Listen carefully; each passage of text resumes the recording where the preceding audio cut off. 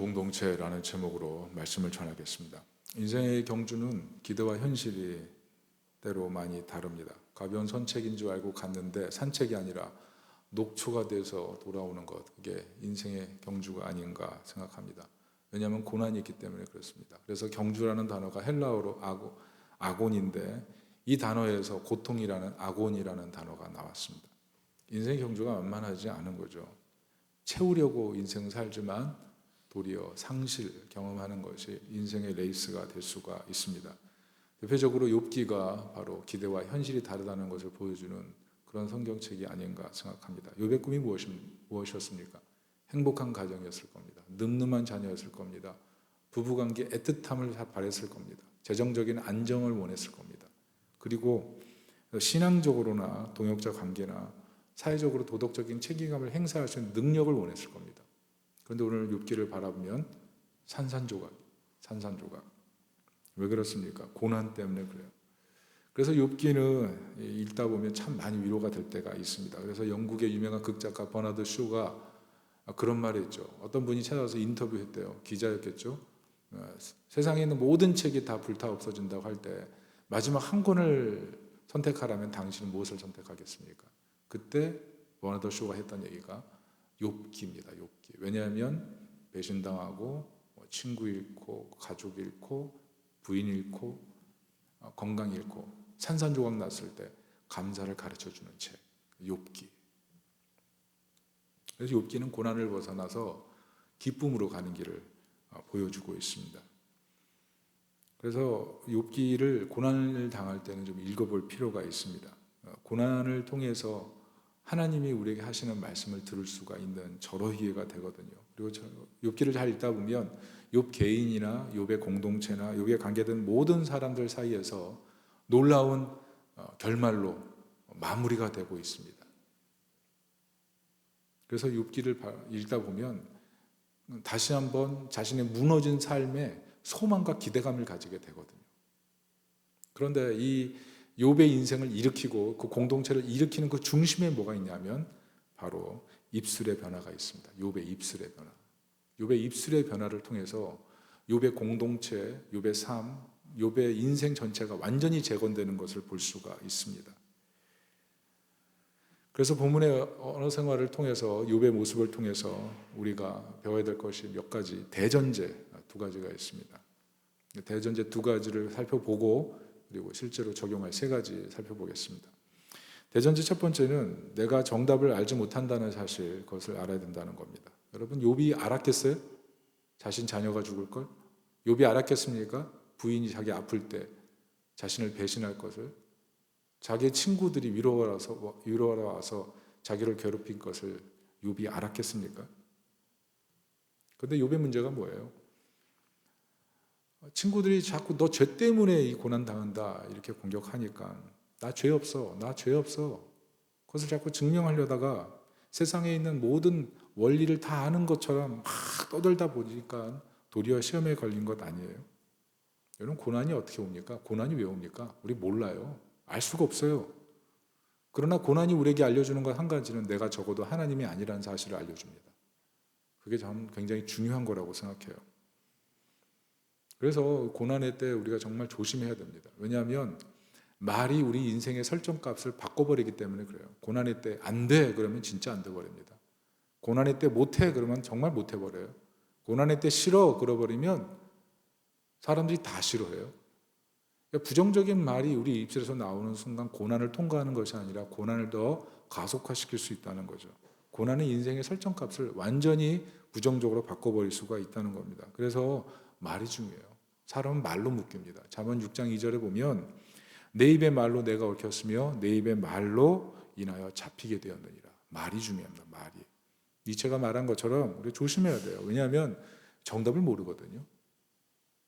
우리 인생의 미래길을 우리가 알지 못해요. 그러니까 말로 함부로 단정하고 아는 것처럼 말하는 것, 그게 하나님 앞에서 교만이 될 수 있다는 겁니다. 욥의 실수가 뭡니까? 다 안다고 생각했어요.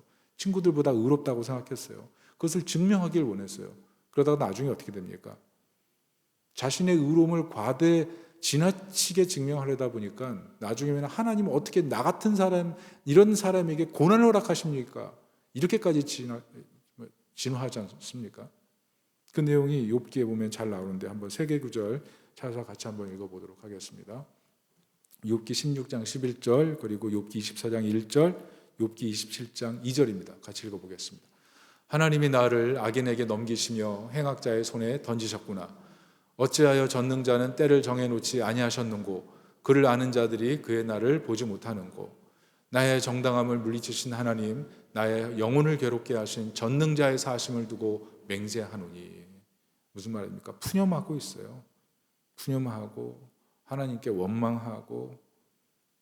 어떻게 하나님 이럴 수가 있습니까? 막 대들고 자신이 의롭다는 것을 증명하다가 결국은 고난을 주신 하나님 앞에서 나는 의로운데 어떻게 하나님 이렇게 하실 수가 있습니까? 덤비기까지 한다는 것입니다.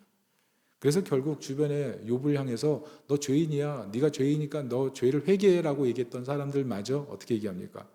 더 이상 얘기를 하지 못해요. 그게 욥기 32장 1절입니다. 같이 읽어보겠습니다. 시작. 욥이 자신을 의인으로 여김으로 그 세 사람이 말을 그치니. 결국 어떻게 됩니까? 욥이 의롭다라는 것을 너무 강조하니까 세 사람도 기가 질려가지고 더 이상 얘기하지 못하게 되고, 뭐 누가 이 욥의 모습을 갖다가 이 고난에 대해서도 좀 정리를 해주고 욥의 마음도 정리를 해줘야 되는데 누구도 못하니까 아주 그냥 욥기는 지금 32장에 와가지고 오리무중에 빠지게 되는 겁니다. 그런데 그때 누가 나타나요? 엘리후가 나타나서 너가 정말 그렇게 의로우냐? 그렇게 공박하기 시작합니다. 그리고 최후에 누가 나타나십니까? 하나님께서 나타나셔서 욥을 끔찍하게 혼내시죠. 욥 네가 도대체 아는 게 뭐야? 그렇게 물어보기 시작하는데 욥이 대답을 할 수가 없어요. 여러분, 친구들과 난상 토론에서 난상 배틀해가지고 욥이 하나도 밀리지 않습니다. 그런데 하나님께서 나타나셔서 욥에게 3번 물어보죠. 너 대답해봐, 너 대답해봐, 너 대답해봐. 네가 그렇게 알고 있다고 생각하는 것에 대해서 내가 질문할 테니까 대답해봐. 너 그렇게 의로워? 네가 그렇게 똑똑해? 네가 모든 상황을 알고 있어? 욥이 나중에 뭐라 그래요? 무지한 말로 이치를 가리는 사람이 누굽니까? 이게 3절이죠. 우리 같이 한번 읽어볼게요. 욥기 42장 3절입니다. 제가 읽어드리겠습니다. 무지한 말로 이치를 가리는 자가 누구니까? 나는 깨닫지도 못한 일을 말하였고 스스로 알 수도 없고 헤아리기도 어려운 일을 말하였나이다. 나중에 뭐라 그래요? 티끌과 제 가운데 내가 회개합니다. 이게 욥의 고백 아니겠습니까? 그러니까 사람은요, 안다고 생각하는 일에 항상 실수해요. 내가 안다고 생각하는 거 사실 몰라요. 오랫동안 살았던 배우자 알아요? 몰라요. 오랫동안 양육한 자녀들 알아요? 몰라요. 내 문제에 대해서 내가 해답을 갖고 있어요? 알죠. 그러나 해답 몰라요. 그러니까 사실 우리가 언제 실수하냐면 안다고 할 때 실수하는 거예요. 여러분, 가정에서 자녀들이 무슨 생각하는지 아십니까? 자녀들이요, 그런 생각해요. 다 그렇진 않지만 때로 난 왜 이런 부모 만났을까?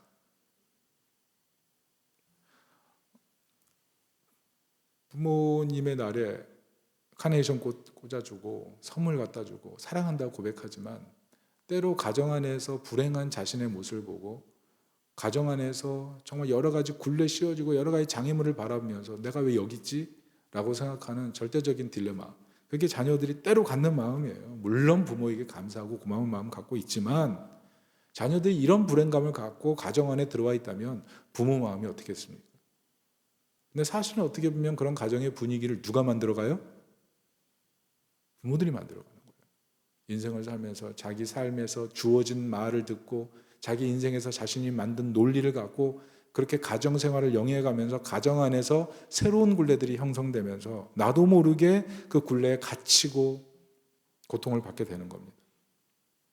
욥을 보세요. 욥이 고난당했지만 이렇게 또 복을 받을 줄 어떻게 알았어요? 욥의 고난을 향해서 막 힐난하던 사람들이 욥이 이렇게 복을 받는데 그것을 보면서 무슨 말을 했겠어요? 할 말이 없죠. 할 말을 다 닫아버리죠. 우리가 정답을 안다는 것, 사실 그거 모르는 거예요. 그래서 우리가 말 조심해야 되는 겁니다. 그리고 또 하나는 옳지 못한 말은 반드시 회개해야 된다는 겁니다.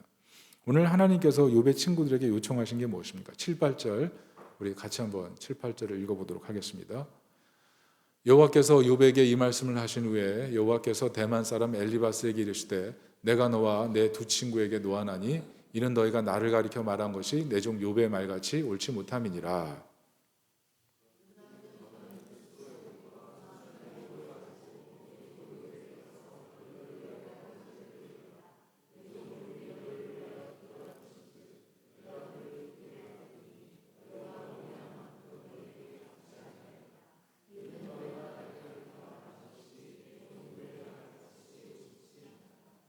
네, 지금 대만 사람 엘리바스를 중심으로 해서 그 친구들에게 하나님께서 요구하신 게 뭡니까?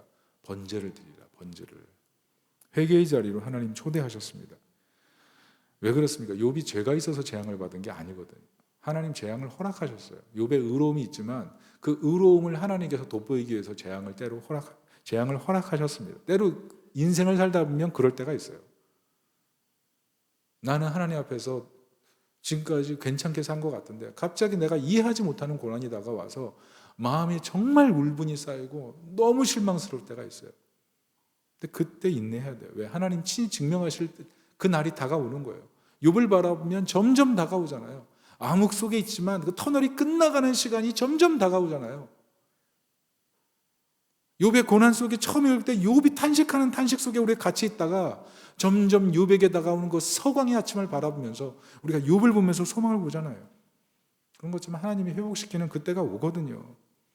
그런데 하나님 앞에서 욥을 유로하러 왔다가 욥의 친구들이 막 정죄하니까 그 모습을 보시면서 하나님께서 의를 바로 잡으시죠. 그러면서 욥의 친구들에게 번제를 요구하십니다. 왜 그래요? 번제라는 게 짐승을 칼로 베가지고 다 태워버리는 거 아니에요? 입술로 말했던 너희들이 하나님의 뜻을 알지 못하고 했던 그 말들에 대해서 다 거둬들이기를 하나님 원하셨다는 겁니다.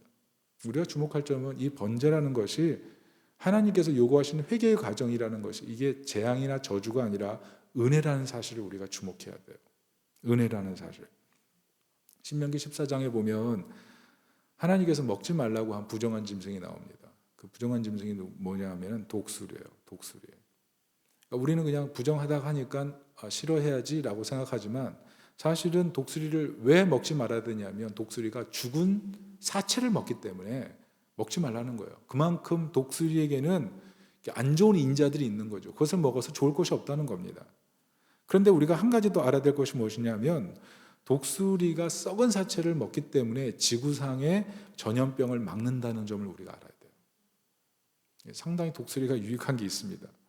그래서 독수리가 지구상에서 사라지면 엄청난 박테리아가 식수원을 점령해서 지구에 큰 피해가 임한다는 거예요. BBC에서 1990년대 중반에 인도의 독수리 멸종을 탐구 추적한 적이 있습니다. 그때 인도에서 5천만 마리의 독수리가 다 죽었어요. 갑자기 멸종 수준에 이르렀습니다. 그래서 탐구해 보니까 소의 진통제로 쓰이던 약물이 독수리에게 신부전을 일으킨 거예요. 인도 엄청나게 짐승 많이 키우는데 특별히 소들 잘 안 먹잖아요. 인도는 소가 길거리에서 죽으면 그걸 다 독수리도 먹는단 말이죠. 근데 근육 진통제로 주었던 그 약물들이 독수리에겐 치명적이었던 거예요. 그래서 5천만 마리가 한꺼번에 다 그냥 멸종 수준으로 사라져 버렸어요. 근데 놀라운 것은 무엇이냐면 독수리가 5천만 마리가 사라진 다음에 인도 인구의 50만이 죽었어요. 왜? 사체 처리를 못하니까. 그게 지하수로 다 스며들어서 그 물을 먹은 사람들이 다 죽은 거죠. 그래서 부정하다고 막 잡아 죽이는 것, 그게 도리어 더 큰 피해가 올 수 있다는 것. 그것을 우리가 기억해야 된다는 거죠. 죄의 문제가 마찬가지예요. 죄의 문제가. 죄가 있다고 해서 그냥 난도질해가지고 다 잘라 없애버리는 것, 그게 회개가 아니에요. 하나님은 이런 잘못에 대해서 돌이키는 그 과정을 통해서 더 윤택하고 아름답게 만드는 것이 회개라는 것입니다. 그러니까 회개라는 건 뭐냐면 자비예요, 자비. 재앙과 징후가 아니라 자비의 방식이에요. 말도 마찬가지 아닙니까? 만약 말이 부정하다고 해서 하나님께서 막 곧바로 심판해버리면 세상에 남아있을 사람 아무도 없을 거예요. 그런데 그 말을 하는 그 사람이 하나님 보시기에 너무 아름답고 소중하니까 하나님이 기다리시는 거예요. 그를 통해서 하실 하나님 나라의 일들이 있기 때문에 하나님께서 성숙시키시고 기다리시고 그게 자비인 거죠. 그리고 하나님의 자비를 어떻게 할 수가 있습니까? 자신의 아들을 십자가에 못 박혀 죽게 하셔서 우리 모든 죄를 감사시고 우리를 자녀 삼아 주신 그 은혜, 그게 하나님 자비 아니에요? 아들을 우리를 위해 생명을 바치시기까지 하셨다면 우리가 하는 말의 실수를 하나님께서 왜 용납하지 않으시겠습니까? 우리가 할 것은 그냥 하나님, 우리가 오늘도 말로 실수했습니다. 오늘도 말로 죄를 지었습니다. 용서해 주십시오. 엄밀히 들여다보면 예수님 왜 죽으셨어요? 왜 세상에 와서 십자가 지셨어요? 우리의 혀의 범죄 때문에 그래요. 혀의 범죄. 태초에 아담이 선악과 먹고 나서 뭐라 그럽니까? 이 여인 때문에 내가 이거 먹었다고. 결국 하나님을 향해서 욕한 거 아니에요. 하나님이 주셔가지고 내가 결국 이 고생을 하는 것 아닙니까? 태초에 혀의 죄가 있었어요. 그래서 하나님께서 예수 그리스도를 보내주셔서 우리로 하여금 십자가를 바라보면서 우리의 혀가 은혜의 혀가 되도록 만들어 놓으신 것입니다. 그래서 회개는 증오가 아니라 성숙으로의 초대예요. 우리의 약함을 불태우고 성령으로 불타기를 원하시는 것. 그게 하나님의 뜻이라는 겁니다. 그래서 욥기를 잘 보면 말에 있어서 어떻게 해야 된다 이런 전제를 가지게 됩니다. 하나는 아는 것처럼 말하지 마라. 또 하나는 잘못한 것이 있다면 즉각적으로 회개해서 은혜가 마음속에 사라지지 않도록 하라. 이게 큰 전제라고 할 수가 있습니다. 여기에 맞춰서 우리가 삶에 적용할 것이 세 가지입니다. 첫째는 듣기는 속히 하고 말하기는 좀 더디하라는 겁니다. 야고보서 1장 19절입니다. 우리 같이 한번 읽어보도록 하겠습니다. 시작. 내 사랑하는 형제들아 너희가 알지니 사람마다 듣기는 속히 하고 말하기는 더디하며 성내기도 더디하라. 왜 그렇습니까? 사람이 말로 실족하기 때문에 그래요. 해외 거주하시는 어떤 여집사님 계신데 이분 좀 잘 알아요. 근데 이분이 참 헌신된 분입니다. 자신이 이민 가서 그 교회 거의 세우셨거든요. 그런데 해외에서 목사님 오시고 성도사님 오시면 이분이 항상 마중 나가서 차에 태워서 교회까지 모시고 와요. 식사 대접 다 하고. 그러니까 이 목사님들은 은혜를 받죠. 이분 때문에 어떻게 이 고생을 하십니까? 이렇게 헌신하십니까? 그런데 이분이 계속 하면 할수록 실족이 돼요. 왜? 그분들이 이분을 욕하고 혼내서 그런 게 아니라 그냥 잠깐의 시간 공항에서 교회까지 태워다 주는 그런 시간을 통해서 그 뒷자리에서 앉아서 하는 목사님들끼리 하는 몇 마디 말에 시험이 드는 거예요. 목사님들 전혀 의도하지 않았겠죠. 때로는 우리가 의도하지 않은 말에 누군가는 쓰러질 수 있어요. 그래서 말을 정말 조심해야 돼요. 의도하지 않은 그 언어를 통해서 누군가 실족할 수 있다는 것. 그리스 신화에 대장장이 프로미시우스가 나오죠. 인간을 만들면서 두 개의 보따리를 줍니다. 한 개 보따리는 앞에, 한 개 보따리는 뒤에. 근데 앞에 있는 보따리는 남의 허물을 보는 보따리고 뒤에 등에 매는 보따리는 자기 허물을 보는 보따리. 자기 허물을 담는 보따리. 그래서 인간은 어떤 존재? 남의 허물을 보는 존재라는 거예요. 자기 허물은 뒤에 등짐졌기 때문에 안 보이고 남의 허물을 담기 때문에 날마다 남의 허물을 보면서 그 허물 때문에 무엇인가를 평가하는 것이 사람이라는 겁니다. 장영희 교수가 이 신화를 얘기하면서 이런 얘기를 했어요. 사람들이 너무 힘들게 산다는 거예요. 겸손한 사람은 자신감이 없다고 사람들이 얘기하고, 그리고 박력이 있으면 저 사람 대바라졌다고 얘기하고, 잘 웃으면 저 사람 가볍다고 얘기하고, 안 웃으면 무슨 문제가 있냐, 무슨 무게 잡는다 이렇게 얘기하고, 사람이 상냥하면 여우 같다고 얘기하고, 뻣뻣하면 여자답지 못하다고 얘기하고. 무슨 말이에요? 항상 입술로 누군가를 평가하고 누군가에 대해서 얘기하다 보니까 결국 그 사람만 있으면 다 힘들어요. 그 말하는 것 때문에 너무 힘들어요. 왜? 허물만 보니까. 근데 그게 사람이에요. 그게 사람.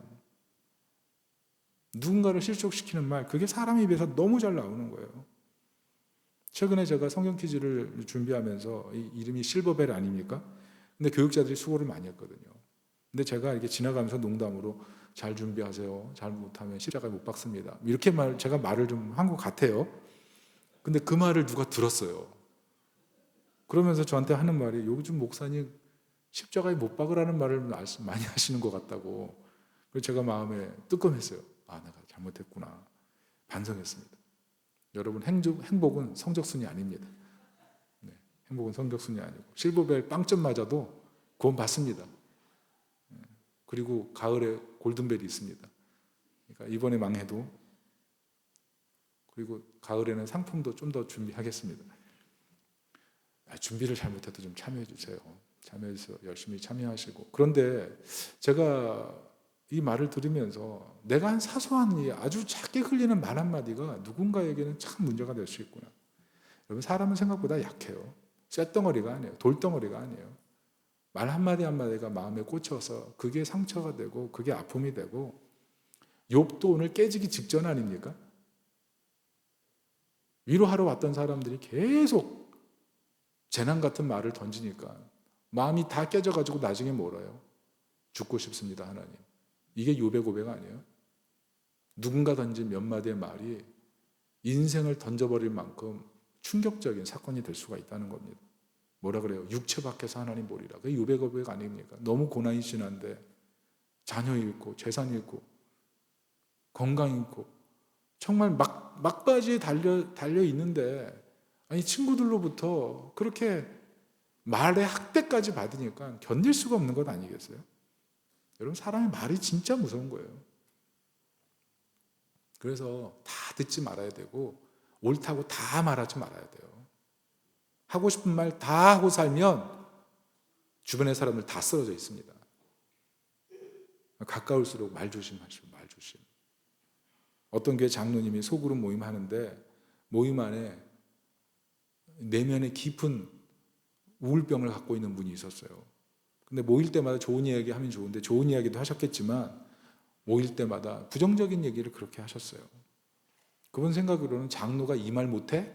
이런 생각으로 말하기 시작했는데 어느 순간 그 말 듣다가 교회를 떠나셨어요. 그 소그룹 모임에 있던 분들이. 왜냐하면 마음속에 더 이상 못 견디겠는 거예요. 자꾸 병이 도지는 거예요. 마음에 부정적인 얘기 들으니까 우울병이 도지는 거예요. 그래서 이 마음의 병을 회복하기 위해서 병원으로 찾아가고 교회를 안 나오는 그런 사태가 벌어진 거죠. 그런데 그럼에도 불구하고 이 장로님이 소그룹 모임하면 계속 부정적인 얘기를 한대요. 얼마나 힘들겠습니까? 여러분, 우리는요, 어떤 소그룹을 만들고 어떤 공동체를 형성하면서 절대로 이방인이 없기를 원하거든요. 그 그룹 안에 낯선 사람이 없기를 원해요. 다 친해지길 원해요. 그런데 이방인을 이방인으로 대우해야 낯섦이 사라지는 거예요. 이방인이라는 건 뭐냐면 공동체에 자리에 잡을 수 있는 방식을 아직 모르는 연약한 사람들입니다. 그 연약한 사람들의 마음을 이해하고 그 사람들을 헤아릴 때 사실은 이방인을 없앨 수가 있는 거죠. 그런데 이방인을 이방인으로 대하지 않으면 이방인이 들어올 수 없는, 이방인을 없애버리는 사회가 된다는 거죠. 그래서 교회는 끊임없이 선교적 환대가 필요해요. 사람을 동등하게 봐야 돼요. 동등. 어떤 동등? 은혜가 필요한 죄인으로 봐야 돼요. 은혜가 필요한 죄인. 나도 죄인, 너도 죄인. 우린 용서받은 자, 너도 용서받은 자. 그리스도 안에서 한 가족. 사랑하는 거죠. 이걸 놓치면 혐오적 타자가 되는 거예요. 혐오적 타자. 나도 모르게 누군가를 혐오할 수 있어요. 아니, 어떻게 저러고 살아? 아니, 어떻게 저런 말을 해? 아니, 교회 올 때 어떻게 저렇게 입고 와? 나도 모르게 혐오적 타자가 돼서 공동체 안에서 밀어낼 수 있다는 거죠. 여러분, 잊지 마세요. 우리 공동체 안에 우리가 생각하는 것보다 연약한 사람이 있어요. 우리가 생각하는 것보다 상처 많은 사람이 있어요. 우리가 생각할 때 그 말 한마디에 와르르 무너질 수 있는 사람이 있는 거예요. 그 말 들으면서 더 이상 버틸 힘이 생기지 않는 그런 사람들이 있는 거예요. 그리고 엄밀히 내가 하는 환대, 내가 누군가에게 베풀어주는 그 힘도 사실은 하나님께 빚진 것 아니에요? 하나님께서 주실 힘을 주셨기 때문에 할 수 있는 것 아니에요? 적어도 그렇다면 내가 하는 말 한마디도 하나님이 생명을 주셔서 할 수 있는 거예요. 그러니까 어떻게 해야 돼요? 말을 아껴야 돼요. 말을 더디하고 듣기는 속히 하고. 그리고 두 번째는 공동체 속에서 기쁨을 추구하라는 겁니다. 마태복음 13장 44절 우리 같이 한번 읽어보도록 하겠습니다. 예수님의 천국 비유인데요. 시작. 천국은 마치 밭에 감추인 보화와 같으니 사람이 이를 발견한 후 숨겨두고 기뻐하며 돌아가서 자기의 소유를 다 팔아 그 밭을 사느니라. 예수님께서 뭐라고 하십니까? 천국을 발견한 사람의 기쁨을 얘기하죠. 땅에서 보화를 발견했는데 유대에서는요, 이 땅 거래는 땅을 사면 땅에 있는 모든 걸 다 얻는 거예요. 그러니까 땅을 사버리는 겁니다. 그래서 기쁨으로 땅을 산 다음에 막 기뻐하며 즐거우면서 돌아가는 그 내용이 마태복음 13장 44절인데요. 이해 좀 의아하죠. 근데 유대 사회는 그랬습니다. 그래서 로마가 유대를 정복했을 때 로마 사람들이 했던 게 뭐냐면 유대인들 꼬드겨가지고 보물 있는 위치를 찾아낸 것이 제일 첫 번째 한 일이었어요. 여러분, 때로 그 성경 읽다가 이상하죠. 성전을 갖다가 수탈을 하거든요. 성전 기명을 다 가져가요. 다 가져가고 몇 번 기록돼 있어요. 근데 이상하게 다 가져갔다 그러는데 그 다음에 또 있고, 다 가져갔다 그러는데 그 다음에 또 있고, 그것은 다시 만들기도 했겠지만 주로 제사장들이 했던 게 뭐냐면 전쟁이 나면 땅에 성전 기명을 다 묻었어요. 그래서 전쟁이 끝나면 다시 파가지고 다시 성전으로 옮기고 그 일을 했던 거죠. 하여간 보화를 발견한 기쁨은 아무도 막을 수 없는 너무나 큰 기쁨이었다는 거죠. 그 기쁨이 공동체에 존재해야 돼요. 공동체. 오늘 본문을 잘 보면 이 공동체의 기쁨이 언제 임합니까? 공동체의 기쁨의 원인은 사실상 하나님의 임재예요. 하나님의 임재가 있을 때 언어가 바뀌고 공동체의 분위기가 바뀌고 하나님께서 놀라운 축복을 해주시죠. 그러니까 우리가 정말 사모해야 될 것이 뭐냐면 공동체 안에 우리를 위해 피 흘려 죽으신 예수님의 은혜를 깊이 깨달아 알 수 있도록 공동체에 예수님의 그 은혜를 환영해야 돼요. 모여서 주님, 이 공동체에 주님의 은혜를 베풀어 주십시오. 왜? 부활하신 예수님께서 제자들에게 찾아오신 것처럼 두세 사람이 모여있는 가운데 주님 반드시 찾아오기 때문에 그래요. 특별히 성령이 임하고 부활하신 예수님이 함께하면 어떤 증상이 생깁니까? 내 죄를 깨닫고 죄와 절연합니다. 그래서 말할 수 없는 기쁨이 있어요.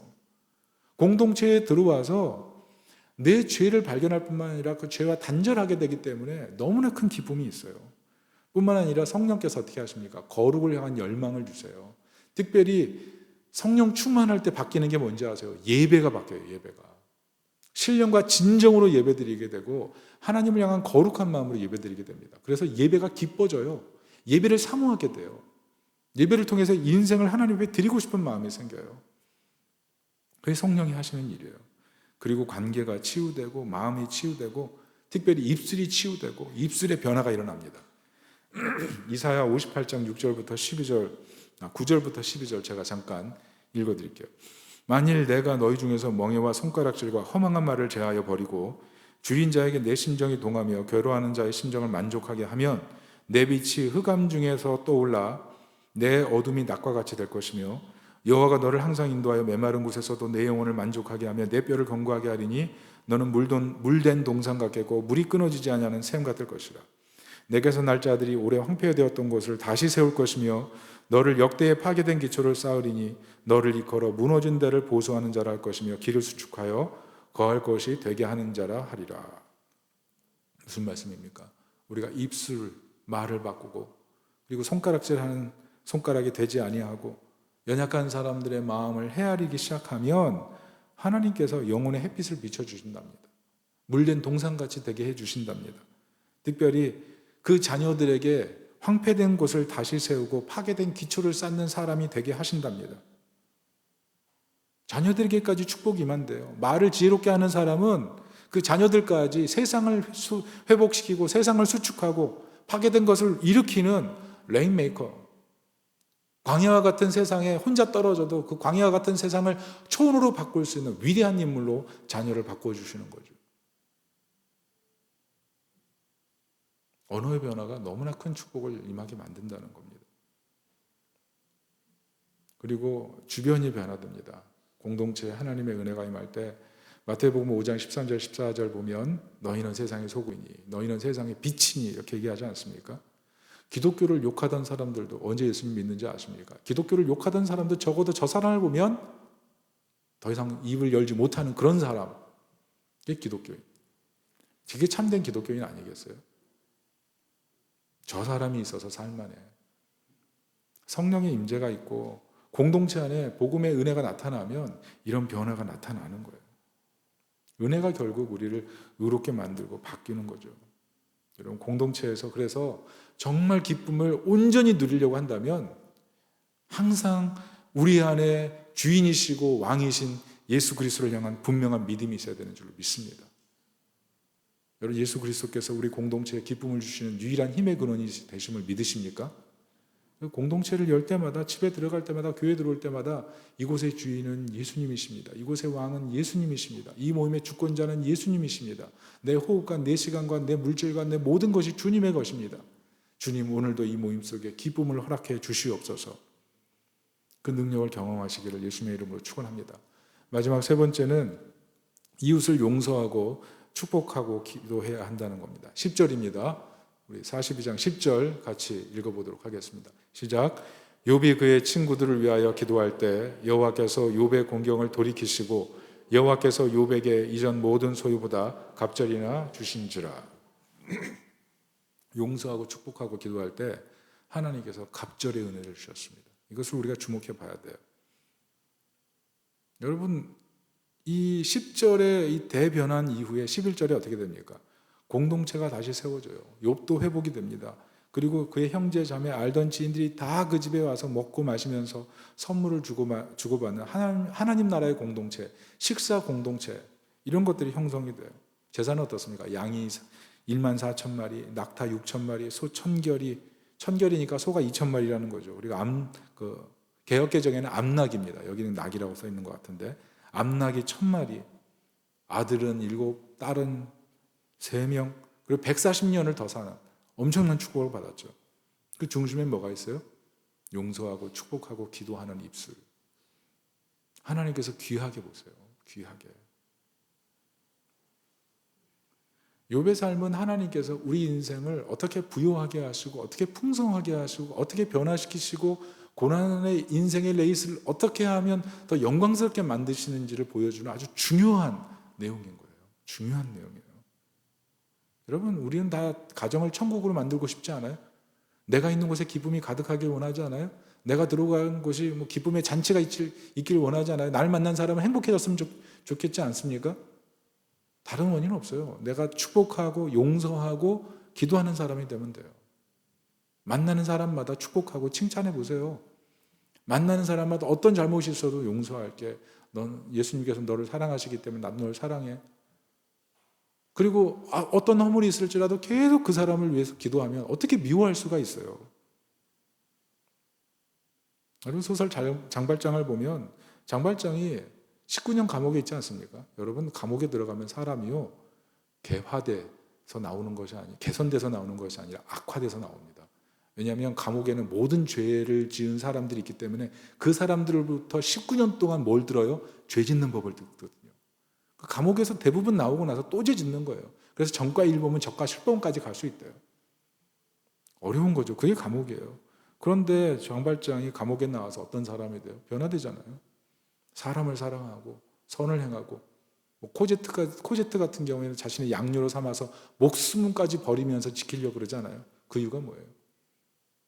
자신이 미리엘 주교로부터 받은 사랑 때문에 그렇죠. 도둑질 했더니 도둑질 용서해주고 도리어 은초대, 은식기, 은그릇 다 주지 않았습니까? 그래서 이 장발장을 보면 장발장이 죽을 때까지 품고 있었던 게 이거예요. 마지막 코제트에게 남겨주는 유물이 이거였어요. 무슨 말입니까? 환대받은 그 사랑, 그것을 잊지 못한다는 거죠. 레미제라블의 그 상황이 뭔지 아십니까? 레미제라블은 비참한 자들이란 뜻이거든요. 그러니까 자본주의 사회 속에서 너무나 가난한 사람들의 얘기가 레미제라블이에요. 그런데 그 레미제라블에서 얘기하고 있는 내용이 뭐냐면, 자본주의 사회에서 아무리 가난할지라도 정말 아름답게 살아갈 수 있는 법을 알려주는 거예요. 그게 뭐예요? 환대. 아무리 돈이 많아도 환대를 모르면 세상을 비참하게 만들 수 있지만, 아무리 가난하고 아무리 비참하게 산다 할지라도 용서받은 그 사랑을 가지고 살아갈 때 세상을 정말 아름답게 만들어갈 수 있다. 그게 장발장이 보여주는 아주 핵심적인 테마죠. 여러분, 그렇다면 우리가 예수 그리스도로부터 용서받을 수 없는 죄인이 너무나 엄청난 사랑을 받았다면, 우리가 있는 환경, 우리가 있는 상황이 아무리 문제가 있다 할지라도 축복하고 용서하고 기도를 통해서 상황을 바꿔가는 그런 하나님의 사람이 되어야 될 줄로 믿습니다. 우리는요, 세상의 기쁨 연결자로 부름받은 거예요. 우리는 가정을 기쁨 제조 공장으로 만들도록 부름받은 거예요. 우리가 다니는 교회는 슬픔이 있는 사람, 무거운 짐진 사람, 아픔이 있는 사람, 들어오는 족족 기쁨을 얻고 해방되어서 나가는 그런 교회가 되어야 될 줄로 믿습니다. 이런 기쁨의 축이 우리 안에 있어야 돼요. 용서하고 축복하고 기도하고, 이 언어에서 모든 변화가 일어나는 것입니다. 특별히 우리가 용서하며 축복하며 기도될 이유가 뭡니까? 오스왈드 챔버스가 이런 얘기를 했어요. 기도는 우리가 더 위대한 일을 하기 위해서 필요한 것이 아니라 기도 자체가 더 위대한 일이다. 중요한 말을 했습니다. 여러분, 우리가 사람을 언제 사랑할 수가 있습니까? 그 사람이 변화될 때 사랑할 수 있죠. 그렇죠? 그런데 그 사람이 변화되지 않아서 불행하죠. 가정에 들어가서 그래서 불행하잖아요. 직장 공동체에서 왜 불행해요? 그 사람 변화가 안 돼서 불행하거든요. 그런데 기도하면 바뀌어요. 왜? 하나님 마음을 품게 되니까. 하나님 마음이 무엇입니까? 자신의 아들을 아낌없이 베풀어 주실 만큼 사람을 향한 하나님의 사랑을 알기 때문에 기도하면 사랑할 거리가 있어서 그 사람을 사랑하는 것이 아니라 하나님의 사랑을 깨닫게 되기 때문에, 하나님 마음을 알게 되기 때문에 내 마음이 변해서 그 사람을 사랑하게 되는 거예요. 그래서 기도가 중요한 것입니다. 기도가 진짜 위대한 일인 거예요. 더 위대한 결과를 만들기 위해서 기도하는 것도 의미가 있지만 사실은 기도 자체가 위대한 일이에요. 왜? 하나님의 마음을 품게 되기 때문에. 기도하면서 점점 그러니까 변화되어 가는 거예요. 사랑할 수 없는 사람을 보면서 사랑할 수 없다고 얘기하는 것이 아니라 기도하면서 내가 변화되어 가기 때문에 사랑할 수 없는 사람까지 사랑하게 되었습니다라는 그런 변화가 일어나는 것. 그게 기도의 능력 아니겠습니까? 여러분, 무엇보다 기도하면 어떻게 돼요? 하나님의 선하심을 기대하게 돼요. 하나님의 선하심을 신뢰하게 돼요. 마태복음 25장에 보면 달란트 비유 나오는데 한 달란트 받은 사람은 어떻게 하니까 땅에 묻어버리죠. 이 달란트가 뭐라고? 20년, 노동자 임금 20년치. 이게 돈으로 하면 이게 그냥 굉장히 큰 돈이에요. 굉장히 큰 돈. 이걸 주인이 맡겼단 말이죠. 만약 이 사람이 주인의 선함을 믿었다라면, 내가 비록 한 달란트 투자해가지고 실패할지라도 주인이 나를 사랑해서 나를 이해해 줄 거라는 그런 믿음을 가졌더라면 한 달란트 받은 자가 어떻게 했을 것 같아요? 투자했죠. 반드시 투자했을 겁니다. 여러분, 우리가 하나님 앞에 적극적으로 기도하지 못하는 이유는 뭔지 아세요? 하나님 신뢰하지 못해서 그래요. 그래서 이 신뢰를 더 회복하기 위해서 사실은 하나님 앞에 더 나아가서 기도하는 게 필요한 거예요. 어떤 기업 회장님이 그랬대잖아요. 산전수전 겪은 어떤 직원이 결혼한대요. 근데 결혼할 돈이 부족한 거예요. 그래서 산전수전 생사거록을 같이 했으니까 찾아와서 요청을 했대요. 사장님, 사실 내가 너무 가난해졌습니다. 좀 도와주십시오. 잊지 않겠습니다. 회장님이 어때요? 이 사람 나랑 생사오락을 같이 했으니까 내가 너 결혼식 다 책임질게. 근데 주변 사람들이 질투가 난 거예요. 그래서 찌르는 거예요, 계속.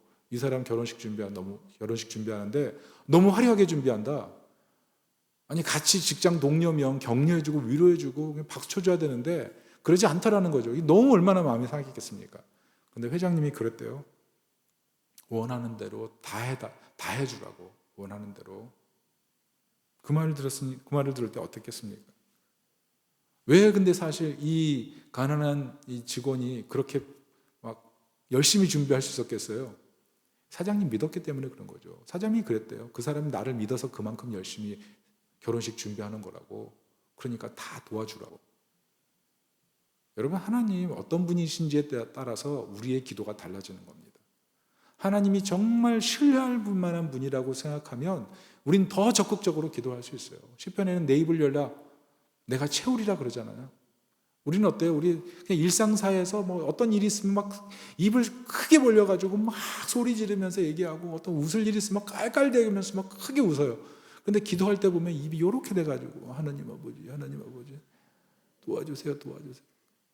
아니, 너는 내게 부르짖으라. 내가 내게 응답하겠고 내가 알지 못하는 크고 비밀한 일을 내게 보이리라. 약속하셨잖아요. 그러면 기도의 자리에 와가지고 부르짖고 큰 소리로 강청하고 그래야죠. 그래서 기도를 열심히 해야 돼요. 기도하다 보면 나도 모르게 하나님을 더 신뢰하게 돼서 더 풍성하게 대범하게 강청할 수 있게 되는 것입니다. 특별히 이제 6.3 대선이 다가오는데요. 나라 위해서 걱정만 하지 마시고 금요기도에 나와서 나라 위해서 간절히 기도하면서 하나님, 이 나라 용서하게 해주세요. 서로 축복하게 해주세요. 그리고 무엇보다 하나님이 사용하시는 기도하는 민족 되게 해주세요. 이렇게 기도해야 될 줄로 믿습니다. 특별히 우리 교회가 6월에 전도학교가 있습니다. 그리고 9월에 전도잔치가 있는데 벌써부터 마음에 부담을 느끼는 분들이 있는 것 같아요. 전도 꼭 해야 됩니까? 우리는 지금 여기가 좋습니다. 이렇게 말하는 사람도 있는 것 같아요. 좀 걱정되는 게 전도 때문에 내가 수단화되거나 내가 소비된다고 생각하는 사람이 있을까 봐 참 걱정이 됩니다. 정말 중요한 게 뭔지 아세요? 전도에서 정말 중요한 건 내가 능력이 없느냐, 능력이 있느냐 없느냐의 문제가 아니라 할 수 있거든 무슨 말이냐, 믿는 자에게 능치 못할 일이 없느니라. 주님의 약속이에요. 여러분, 전도할 사람, 구원할 사람 다 주님이 정해놨어요. 우리가 할 일은 그냥 그게 누군지 모르지만 한번 찔러보는 거예요. 찔러보는 거. 여러분, 고구마 어떻게 익은지 알아요? 찔러보면 되잖아요. 찔러보면 어느 순간 익어 있는 거예요. 우리가 할 일은 하나님 다 준비하시니까, 다 익어가게 하시니까 우리는 던져보는 거예요.